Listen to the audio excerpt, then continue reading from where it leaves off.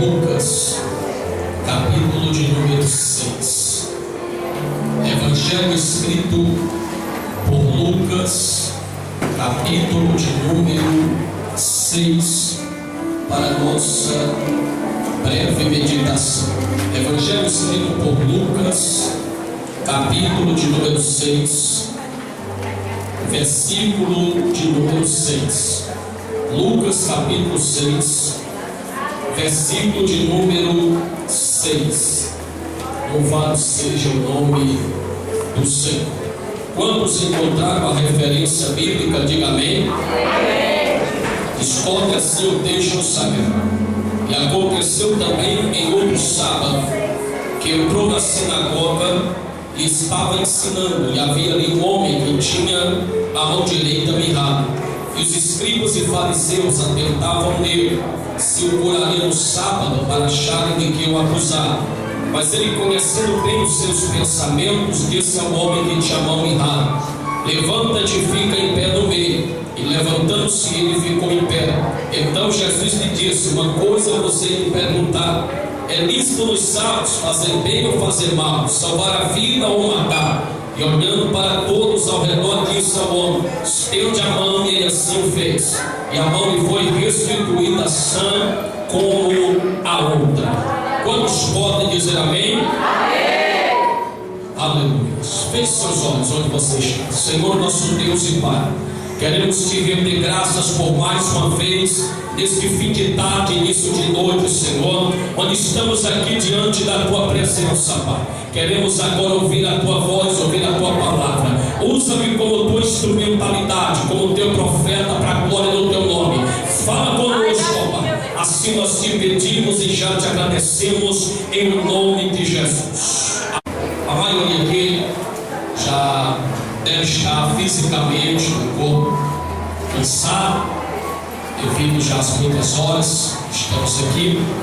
Mas eu queria que você, em rápidas palavras, em poucas palavras, você ainda ficasse para ouvir algo que Deus ainda tem a dizer para você neste final de culto, onde começamos a celebrar a Deus à tarde, vamos terminar a celebrar a Deus de noite. Que maravilha! Meus amados irmãos, eu quero já desde já agradecer a Deus pela oportunidade, agradecer ao pastor André, ao pastor Assis, ao Ministério Mídia, que Deus possa abençoar a direção desse ministério e continuar abrindo as portas desse ministério poderosamente em nome de Jesus. Algumas pessoas aqui a gente conhece por nome, mas devido ao tempo a gente vai correr aqui, não vai ser possível citar aqui o nome dos irmãos, mas que Deus abençoe a todos de uma forma especial em nome de Jesus. Observe que o texto que nós acabamos de ler, escrito por Lucas, capítulo de número 6, no versículo de número 6, Lucas vai nos dizer que veio a Jesus em um sábado a entrar na sinagoga. Observe, irmãos, que o sábado era um dia diferenciado para o judeu. O sábado era um dia ao qual o judeu não costumava trabalhar, não costumava forçar, ou seja, carregar peso, algo que levasse a trazer uma fadiga, um cansaço para o corpo. Era um dia ao qual o judeu dedicava exclusivamente a Deus. É o que é conhecido como o sábado judeu, um dia exclusivamente dedicado a Deus. Pelo fato de ter sido um sábado, o dia ao qual Deus ele cessou a obra da criação e ele veio a descansar. Observe, meus amados e queridos irmãos, que no decorrer dessa minha fé cristã eu cheguei a ouvir certa feita aqui por alguns oradores, por alguns homens de Deus, que Deus ele não trabalhou no sétimo dia. Por isso é que o judeu não trabalha no sétimo dia, no sábado. Em parte eu concordo, mas em parte eu discordo. Porque é verdade, irmãos, que no sétimo dia da criação, Deus não trabalhou quanto à obra da criação.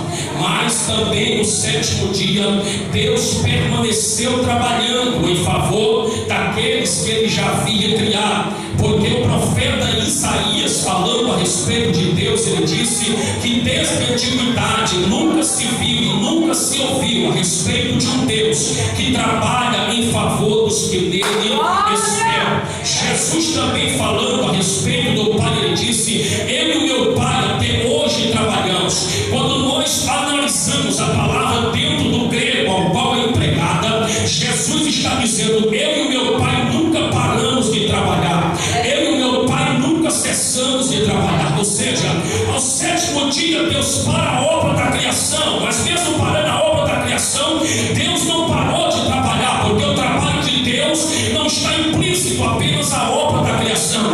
No sétimo dia Deus não criou, mas no sétimo dia Deus estava cuidando do Adão, estava cuidando da Eva, estava cuidando das plantas, estava cuidando dos animais, Deus estava cuidando de toda a sua criação. E aprendemos com Jesus que Deus ele não para de trabalhar um minuto. Nunca houve no calendário de Deus ou na agenda de Deus um dia em que ele se prostrasse diante de uma cama e dissesse para si mesmo: hoje eu não vou fazer nada. Nunca houve no calendário, na agenda de Deus, um dia em que ele armasse uma rede na sala lá da sua casa no céu e dissesse: não, hoje eu vou apenas descansar, não vou fazer nada. Não, o meu Deus e o teu Deus, ele não para um minuto, um segundo sequer de trabalhar. Inclusive, enquanto estamos aqui nesse exato momento, que marca aqui no meu relógio 6h38 da tarde ou da noite na nossa cidade de Fortaleza, há um Deus que está trabalhando em teu favor, há um Deus que está abrindo porta, há um Deus que está dando livramento, há um Deus que está fechando cova para o familiar teu, há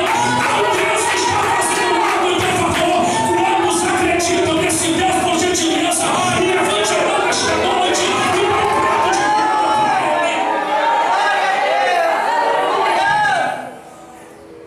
Era o sábado do judeu, o judeu não trabalhava. E era o dia ao qual eles adentravam na sinagoga e faziam o principal culto, o culto mais especial de um judeu. O sábado para o judeu é mais importante do que o domingo para nós cristãos e do que a sexta-feira para os muçulmanos.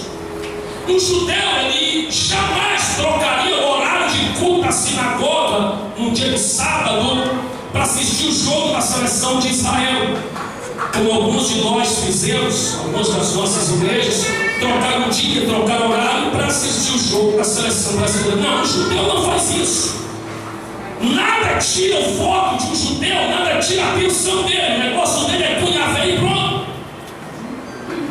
Jamais ele troca o horário de culto, principalmente no sábado, o principal dia. Era um dia onde a sinagoga superlotava. Era um dia onde todos iam ali com uma esperança de uma mudança. E havia naquele dia, naquele sábado, um homem ali dentro que tinha uma das suas mãos mirradas, ou seja, uma das suas mãos enfermas. Aquele homem ele entra com esperança de mudança. Aquele homem ele entra acreditando que algo pode mudar na vida dele. Porque o judeu, quando entrava no sábado dentro da sinagoga, ele entrava com uma esperança de mudança. Porque a Torá dos judeus, os primeiros 5 livros da Bíblia Sagrada, ao qual eles chamam de Torá, nós chamamos de Pentateuco, eles eram divididos para os judeus de 7 em 7 capítulos. E passava-se toda semana estudando aqueles 7 capítulos. Chegava no sábado, quantos me ouvem, digam amém? Amém! Chegando no sábado, era o dia onde finalizava aquele estudo dos 7 capítulos. E o orador do dia queria trazer um sermão. Ele trazia novos 7 capítulos para serem estudados na próxima semana. Ou seja, era o fim de um ciclo para o início de outro. Era o fim de uma história para o início de outro. O sábado falava de término para que existisse o início. Porque só existe o início se existir término. Eu não sei qual a sua esperança de você ter entrado aqui nessa tarde. Mas eu quero dizer algo profético para a tua vida já nessa noite. Você veio para cá porque você tem uma dependência em Deus. Você veio para cá porque você é um adorador. Mas também você veio para cá porque você está precisando que algo mude na sua vida. Que uma nova página seja escrita, que uma nova página possa existir na sua vida. E eu quero profetizar nesta noite que essa é a noite que Deus colocou um fim a um ciclo da tua vida, para que se inicie um próximo ciclo na tua vida. Deus nesta noite está mudando a página e está dizendo que algo está sendo findado na tua vida, para que algo surja na tua história, na tua vida. Se você acredita nesta palavra, dá um prato de glória para Jesus.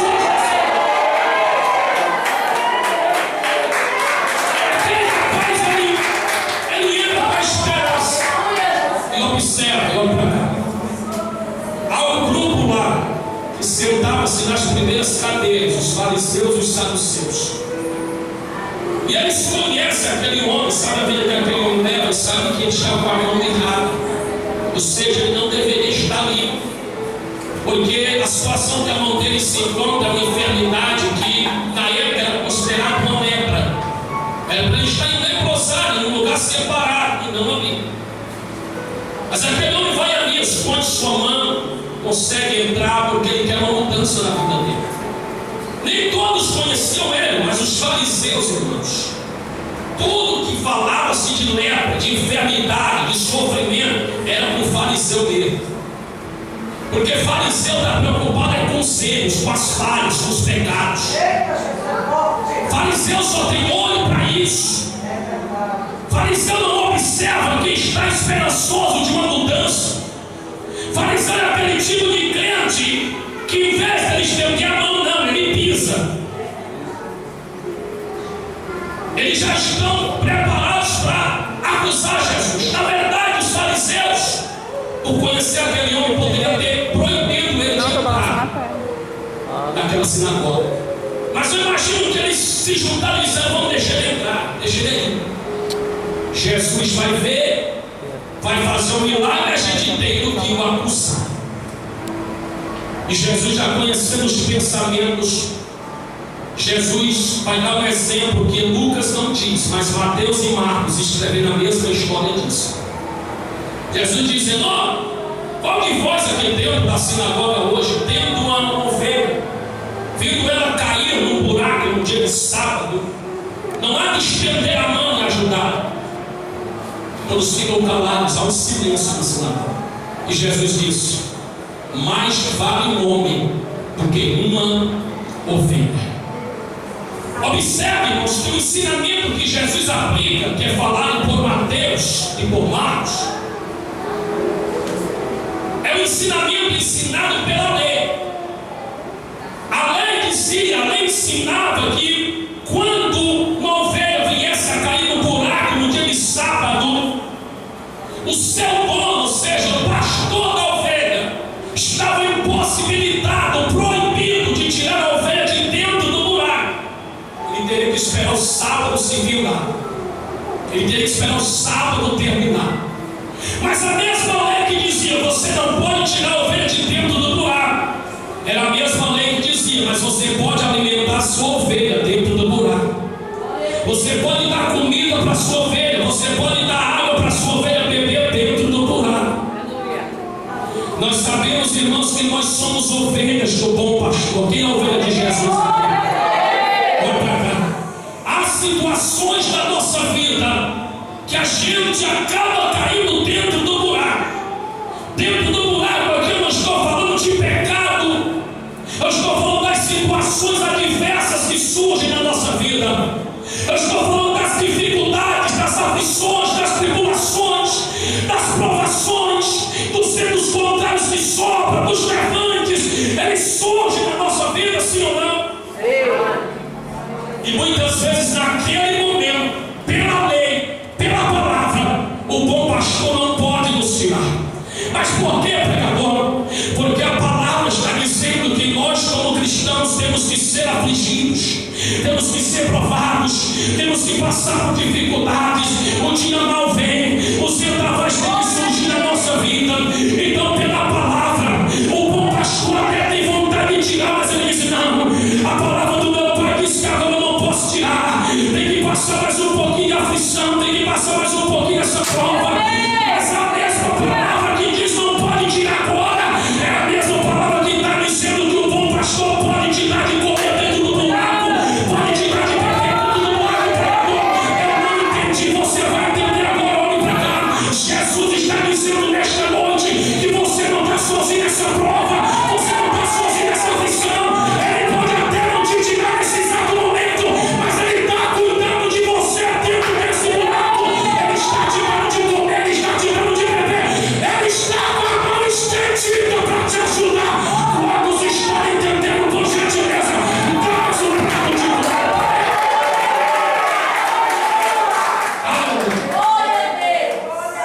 aleluia. Já tenho que finalizar a mensagem. Eu tenho que... Mas observe que Jesus já prepara o ambiente. Quando Jesus ensinou isso, houve um silêncio dentro da sinagoga. Porque Jesus, antes de fazer o milagre, Jesus primeiro prepara o ambiente. Olha para o irmão que está do seu lado e diga assim: o ambiente já está preparado.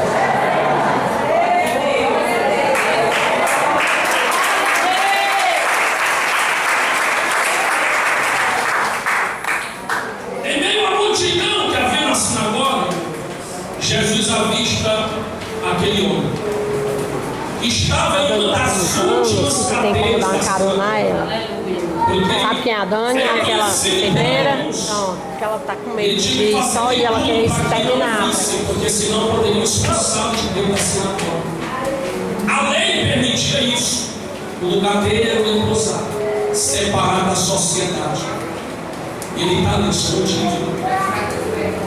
Mas mesmo escondidinho, Jesus está vendo. E quando Jesus pôs os olhos nele, Jesus disse: homem, levanta-te. E ele veio a levantar-se. Os olhos de todos agora estão postos sobre aquele homem. E Jesus agora disse: estende a tua mão. Por que Jesus disse estende a mão? Porque primeiro a mão dele estava escondida.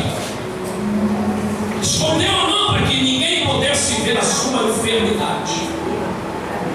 Jesus agora diz: estende a mão. Segundo, a mão dele está escondida, não só porque ele pode ser expulso da sinagoga, mas porque aquela mão havia lhe causado muita dor e muito sofrimento. Observe que quando Jesus disse para ele estender a mão, todos olharam e avistaram a sua mão. Olha para cá. Jesus vai dizer para muitos aqui ainda nessa noite: estenda a sua mão. Sabe o que significa? Olha para cá. Aquela mão daquele moço, aquela mão daquele rapaz, era motivo de vergonha para ele. Por onde ele passava, ele tentava esconder, porque era motivo de vergonha, de humilhação. Quando ele olhava para a sua mão, ele se via como um derrotado, como um sem ninguém na sociedade, usando um ditado popular. Aí agora, quando Jesus diz estende a tua mão, a Bíblia diz que Jesus veio a restaurar a sua mão. Glória a Deus! Jesus disse para ele: olha, estende a sua mão, sabe por quê? Eu quero que todos vejam. Porque essa mão que um dia foi para vergonha, foi para humilhação, você vai passar por aí afora ainda estendendo a mão, dizendo: está vendo minha mão assim? Foi Jesus quem deixou assim. Agora levante sua mão direita, que eu quero liberar o que Deus está tentando liberar.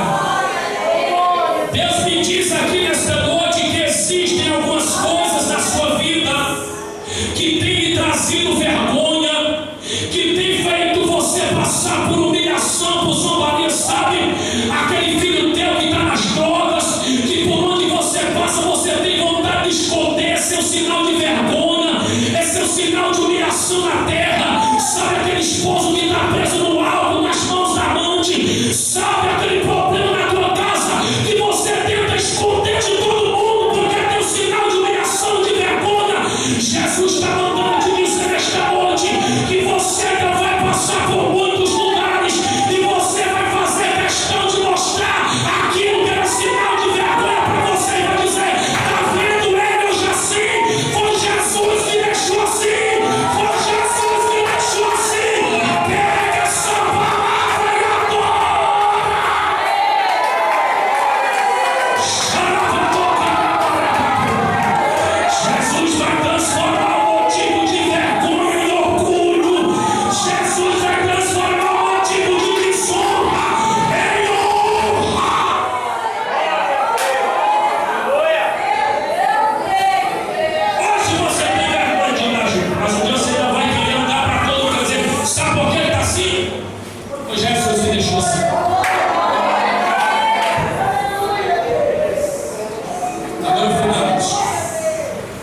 aquele moço entrou amigo, para que a história dele fosse mudada.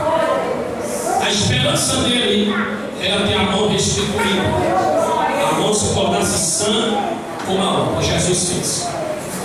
Só que Jesus fez milagre, e Jesus olha para aquele rapaz e disse: vem para o meio. Eu queria que você dobrasse a sua atenção, que aqui é o final disso. Jesus disse: vem para o meio. As sinagogas, irmãos, elas não são como os nossos templos cristãos, evangélicos, protestantes. Entenda como você quiser. As sinagogas, por dentro, elas são na forma de um círculo, onde o orador, aquele que traz o sermão, a mensagem, fica bem no centro, no meio. O doutor da lei, o rabino. A parte do meio da sinagoga é um lugar reservado para doutores da lei, para rabinos, homens formados na lei de Deus, que passaram muitos anos estudando e agora tem a permissão de trazer um sermão, trazer uma palavra.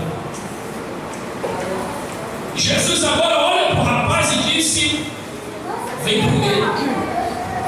Sabe o que Jesus fez com ele? Jesus disse: vem colocar teus pés aonde tu nunca um dia imaginou colocar.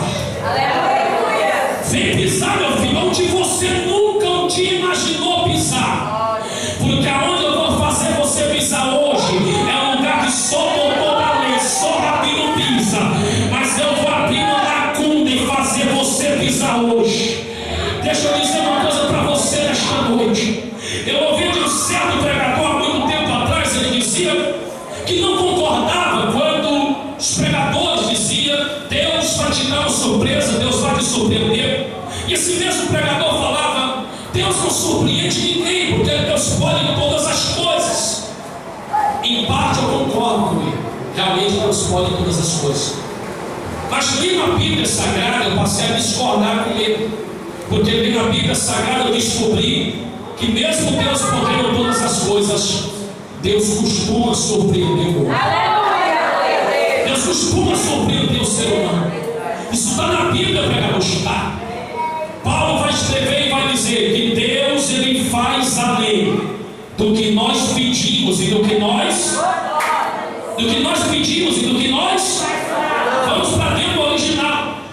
A palavra que Paulo emprega no original, além, que é traduzido assim, traz um sentido de surpreender alguém, ou ser surpreendido por alguém. Quando Paulo diz que Deus faz além do que nós pedimos e do que nós pensamos, Paulo está dizendo que Deus, ele surpreende os seus, porque é isso que é empregado dentro do grego, dentro do original. Então olha para o irmão que está no celular e liga para ele: Deus surpreende o nome. Olha para cá. A gente sabe que ele é poderoso para fazer, mas muitas vezes a gente se acha tão pequeno que a gente não está esperando certas coisas acontecerem na nossa vida. Deus está te dizendo nesta noite que Ele vai fazer além do que você pediu e do que você pensou. Aquele moço entra na sinagoga apenas para ter a mão restituída. Agora Jesus disse: além de eu restituir tua mão, tu vai pisar num lugar onde tu nunca imaginou pisar. Sabe o que é que Deus está te dizendo nesta noite? Que Ele vai te colocar. Santo e eterno Deus, Senhor Deus e Pai, eu quero entregar em tuas mãos neste momento a tua igreja, Senhor.